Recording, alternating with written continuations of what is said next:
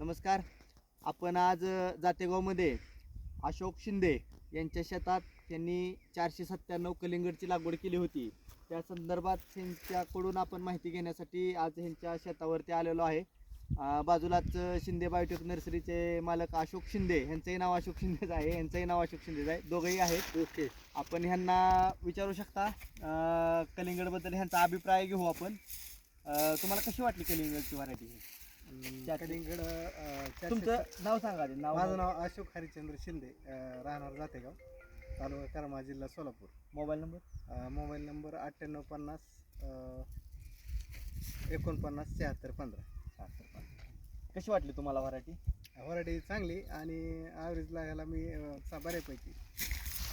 किती रोप आणली होती तुम्ही? 11,000. मिरची टोटल माल किती निघाला होता?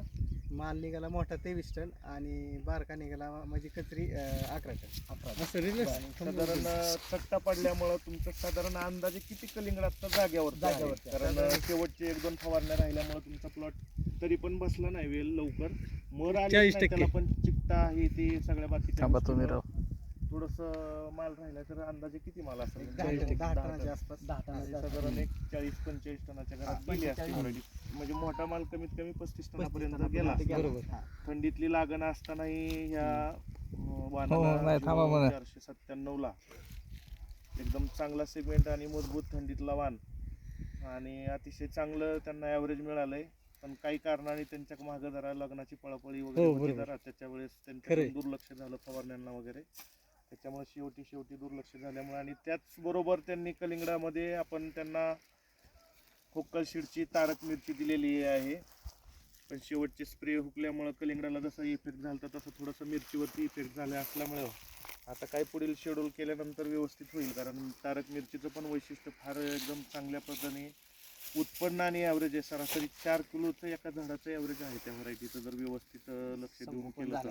खरे असं बोलावं तुम्ही. आणि तुम्हाला एकूण म्हणजे आता तुम्ही दुसरी व्हरायटी लावली, ओकल कंपनीची दुसरी तिथं शेजारीच व्हरायटी लावली. तुम्ही कुठली व्हरायटी लावली? आता तुम्हाला नवीन एक परत कलिंगड दिलंय, तिथं पण दाखवा. कलिंगडच व्हरायटी तिथं आहे. त्यांनी हे कलिंगड त्या कंपनीचं होतं म्हणून ह्यांनी ह्याच कंपनीचं दुसरं कलिंगड आहे. या कंपनीचं थंडीतला वाण एकदम चांगल्यापैकी त्यांना वाटला आणि इतर इथून पाठीमागे ते 10 वर्ष झालं 10-15 वर्ष झालं कलिंगड सतत करते.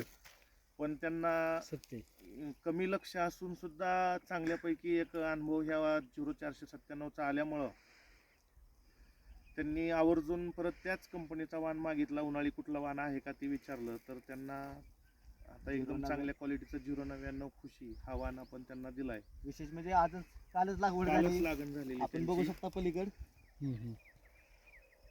तर हा मिरचीचा जो प्रॉब्लेम आहे तो टेम्परेचर आणि थोडंसं थ्रिप्स पांढरी माशी आहे. तर याच्यात आपण थोडी सुधारणा करू आणि तुम्ही थोडासा माल दाखवा की माल पाठीमागं राहिलेला पण किती आहे ते. आणि सगळ्यात महत्त्वाचं व्यापाऱ्याची काय तक्रार तुम्हाला सांगा. त्यावर काय झालं, थंडीच टिकल्यामुळे